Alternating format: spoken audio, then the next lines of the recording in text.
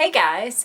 So, as most of you know, when we hang out together and have these little Art 101 chats, usually in my sewing room, although that won't be happening much longer, I'm heading back to school next week, Monday, y'all.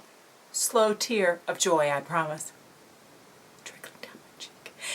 So for that reason, we'll probably be heading on back to my room to do these Art Teacherin 101s. But that's not why we're here. You know that usually when we hang out together, I try to bestow that tiny morsel of knowledge on Art Teacherin that I have to you. I just share what tips and tricks that I have that have worked for me. But for this episode of Art Teacherin 101, I'm at a little bit of a loss. As I head back to school, I'm very concerned about my students, what is going on in the world today, and how I can address that to my students and make it so that they can, I'm at a loss of words. All those horrible things that they've been seeing in the news, I can't imagine what it sounds like to them. And I can't make those things that they're hearing about make sense, because I feel as though all the things that are happening, they make no sense. What I do know is that we need to bring kindness, peace, and love into our art rooms, instill it in our students. That way they can help to change the world that we live in. Because, as Whitney Houston once said, children are our future. And it's true. And I'm really afraid for them for what we are showing them, how we are treating the world currently, is what they're seeing in the news. So my biggest thing this year, going into the school year, is teaching kindness. Unfortunately, it's not in our curriculum.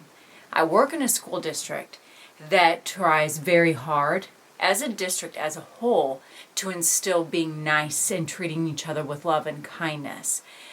But as the school year goes on and more demands are on our classroom teachers for test scores, it seems to me that that's one of the things that just kind of gets pushed by the wayside. Even in my art room, as we're preparing for the art show, it's not at the forefront of my lessons.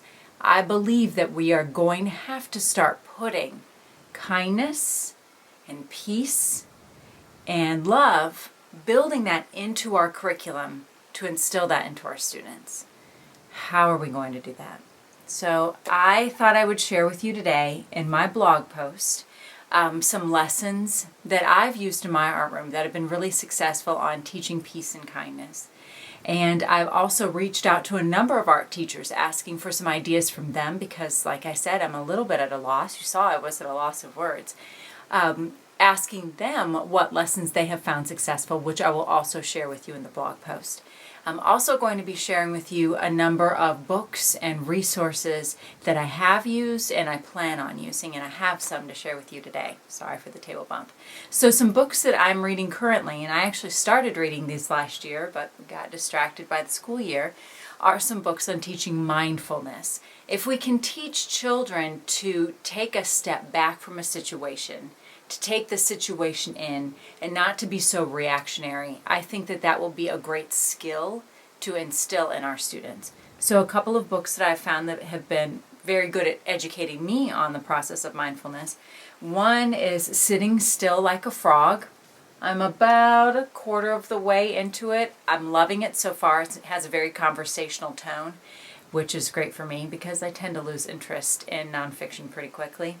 What I also like about this book is it has a CD in the back that you can play for the students where she walks them through mindfulness and calming themselves down. So I'm really excited to share some of the practices in this book with my students. Another book that is a little bit more advanced and will be useful for my older students, would also work for middle school and high school, is Teach, Breathe, and Learn. I have read this book. I really enjoyed it. The first half of the book really goes into explaining how mindfulness can be beneficial to your students. The latter half of the book talks about how you can practice those things in your classrooms and in the teaching situations you find yourself in. So those are a couple of great resources that I have found that I hope to find ways to implement in my art room. And when I do, I'll definitely be sharing with you how I'm doing that and how well it's going. I'd love to hear from you if you implement mindfulness in your classrooms and in your art rooms, how you do it, and what benefits you've seen and changes you've seen in your students. Just a handful of books that I recently purchased that I can't wait to share with my students about kindness. I think a big part of people not treating each other kindly is they lack a sense of security. If you love yourself, you're going to treat others with love. So I think that reading a good amount of books to children to let them know that they are unique and that that's a good thing will help them have a self-love, and when they love themselves, they'll be better open to loving and understanding others. You Be You is a great book for that. I also love the illustrations in this book, and I think it would be a lot of fun to use this as an opening art project at the start of the year. Another one that I'm loving, which is about how people, even though we come from all walks of life, are at the core same, is Whoever You Are. This one's by Mem Fox. This one I really like. One of my teaching buddies uses this, and she does a fabulous job of teaching love and kindness to her students. And I know she starts her school year every year with this book, which is Have You Filled a Bucket Today? So, Bethany, you're amazing. So she uses this book in her room, and I'm excited to use it in mine.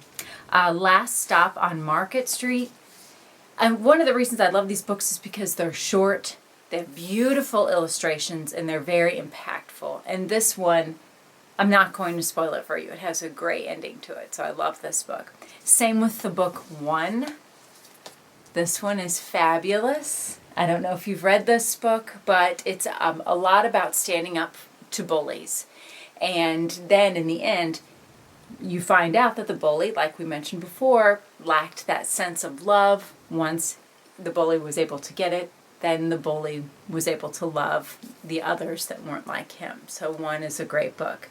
And this book, there's a series of these books. What do you do with an idea? There's also What do you do with a problem? This one is so very sweet. And at the end, it talks about how one idea can change the world. So great books. There's a ton of resources, of course, on children's books that you can read that will teach love and kindness. This is just a handful that I recently purchased and thought I would share with you. One thing about teaching kindness is I think that it's great if we're doing it on our own, in our own art, Teacherin worlds, but I think it's even better and more impactful if we're doing it all together. So that was why I thought we could all do the Calendar of Kindness, which will start August 1st, 2016. And if you go to my blog or check my Instagram, you'll be able to see the Calendar of Kindness.